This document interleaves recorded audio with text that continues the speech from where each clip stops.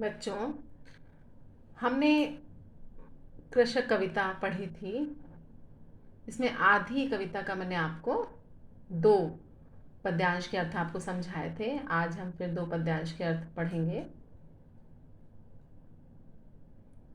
मैथिली शरण गुप्त जी ने कविता लिखी है कृषक। बहुत ही खूबसूरत कविता है, बहुत अच्छी कविता है। आगे का हम देखेंगे।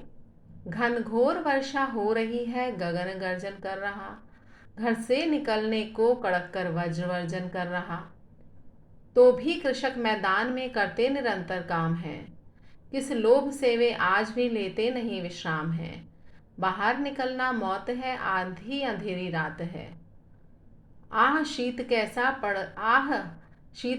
पड़ रहा है, थर थर थराता गात है, तो भी कृषक ईंधन जलाकर खेत पर है जागते, वह लाभ कैसा है न जिसका लोभ अब भी त्यागते।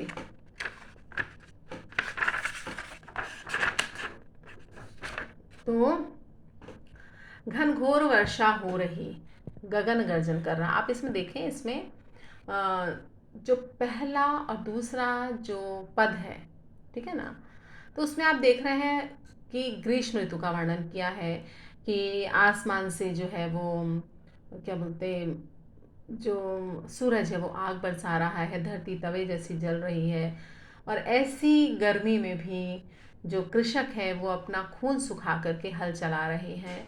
और कवि प्रश्न कर रहा है कि ऐसा कौन सा उनको लालच है जो अपने शरीर को जला रहे हैं, कौन सा लालच है उनको। दोपहर को उनकी स्त्रियां खेत पर लेकर रोटियां खाना भोजन पहुंचती हैं, रूखी सूखी खाते हैं वो, जबकि औरों के लिए अन्न उपजाते हैं लेकिन खुद रूखा सूखा खाते हैं, सब्जी तक उनको नसीब नहीं होती, लेकिन फिर भी उनके मन में संतोष है, ठीक है ना।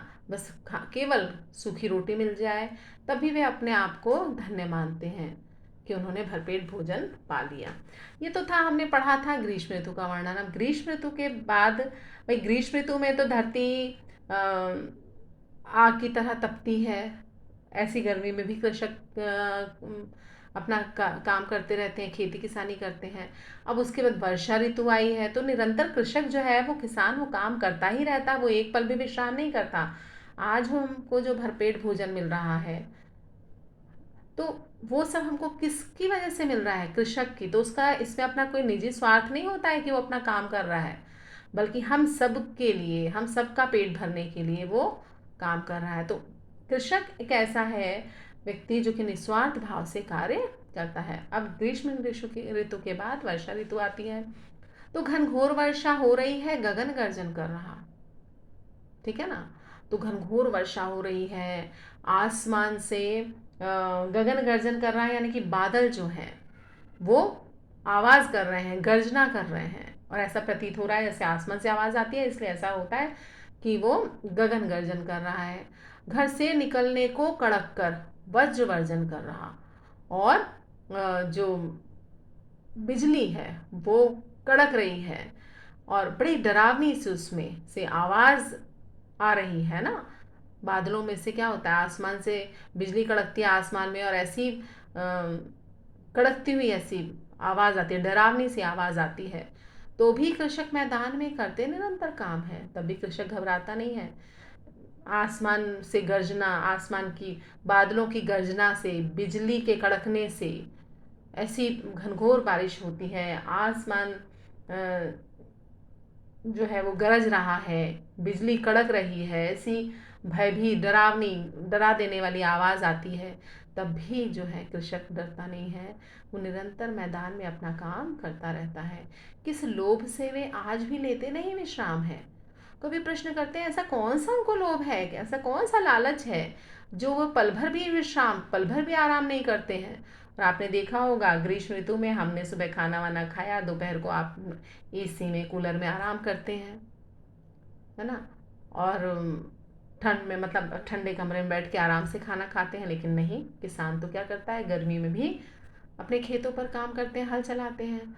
फिर जब घनघोर बारिश आती है वर्षा ऋतु में भी वो निरंतर, चाहे बिजली कड़के, चाहे घनघोर वर्षा हो, चाहे बिजली कड़के, चाहे बादल गरजे, कैसी भी डरावनी आवाज़ें आए, लेकिन वो निरंतर काम करता रहता है। तो कवि प्रश्न करते हैं कि ऐसा कौन सा उसको लोभ है, ऐसा कौन सा उसको लालच है जो इस मौसम में भी, इस ऋतु में भी विश्राम नहीं करता।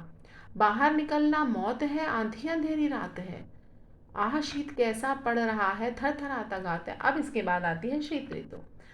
तो बाहर निकलना मौत है, आधी अंधेरी रात है, क्योंकि बहुत जल्दी दिन छुप जाता है, एकदम अंधियारा छा जाता है। और बाहर निकलना तो ऐसे अंधियारे में हमको मौत के समान मालूम देता है। लेकिन आह शीत कैसा पड़ रहा है, थर थर आता गात है। गात में शरीर, यहाँ पर कवि कह रहे हैं कि इतनी शीत पड़ रही है, शीत ऋतु है, इतना जाड़ा, इतनी ठंड पड़ रही है। इस ठंड में जो है शरीर वो थरथरा रहा है ठंड की वजह से। तो भी कृषक ईंधन जलाकर खेत पर है जागते। तब भी जो किसान है वो ईंधन जला करके, ठीक है ना, अलाव अलाव जला करके, लकड़ियां वकड़ियां जला करके खेत में जागते हैं, खेत की रखवाली करते हैं, है ना, उसको तापते रहते हैं अग्नि को और खेत की रखवाली करते हैं। वह लाभ कैसा है न जिसका लोभ अब भी त्यागते हैं, कि उनको ऐसा कौन सा लाभ है इसमें जिसका लोभ, जिसका लालच वो अब भी नहीं त्याग रहे हैं। यानी कि ग्रीष्म ऋतु में ऐसा कौन सा उनको लालच था, कैसा लोभ था जिसके वशीभूत वो काम कर रहे थे। फिर बारिश आई, बारिश में ऐसा उनको कौन सा लोभ था, ऐसा कौन सा लालच था उनके मन में कि तब भी उन्होंने विश्राम नहीं किया। अब शीत ऋतु में बाहर निकलने में इंसान घबरा रहा है, इतनी हाड़ कपा देने वाली ठंड है ना, मतलब हाड़ कपा यानी हड्डी भी कपा देने वाली इतनी भीषण ठंड है।